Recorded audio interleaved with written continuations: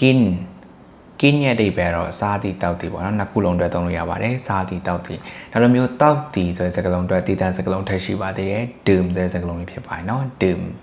အဲ့တော့ဒီနေရာမှာတော့ กินစားသည်တောက်သည်နှစ်ခုလုံးအတွက်သုံးပါမယ်ဆိုတော့နောက်ထပ်စကားလုံးအသစ် กินยา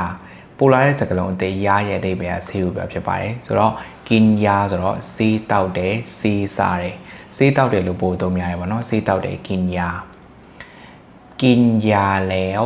วတလုံးနဲ့ပို့လာတယ်แล้วရဲ့အဓိပ္ပာယ်ကတော့ပြီးပြီတခုကိုလှုပ်လိုက်ပြီးလှုပ်ပြီးပြီလို့ပြောရင်ဆိုရင်แล้วဆိုတဲ့စကားလုံးတွေထပ်ထည့်ပေးရပါတယ်နောက်ဆုံးပေးမှထားရတယ်ပေါ့နော်ဆိုတော့ กินยาแล้วဆေးတောက်ပြီးပြီ กินยาแล้วဆေးတောက်ပြီးပြီ กินยาแล้วไปนอนအသစ်ပို့လာတဲ့စကားလုံးไปนอนရဲ့အဓိပ္ပာယ်ကသွားအိတ်တယ်ဆိုတော့ กินยาแล้วไปนอนဆိုတော့ဆေးတောက်ပြီးသွားအိတ်တယ်ဆိုတဲ့အဓိပ္ပာယ်ဖြစ်ပါတယ်กินยาแล้วไปนอนဆေးတောက်ပြီးသွားအိတ်တယ်กินยาแล้วไปนอนเถอะกินยาแล้วไปนอนเถอะ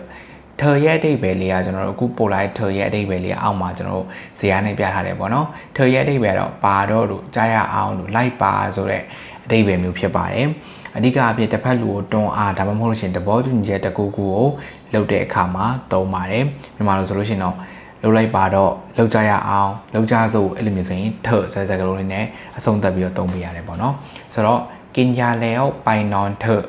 กินยาแล้วไปนอนเถอะဆေးတောက်ပြီးတော့သွားအိတ်လိုက်တော့သွားအိတ်ပါတော့ဆိုတဲ့အဓိပ္ပာယ်ဖြစ်ပါတယ်กินยาแล้วไปนอนเถอะရမယ်နော်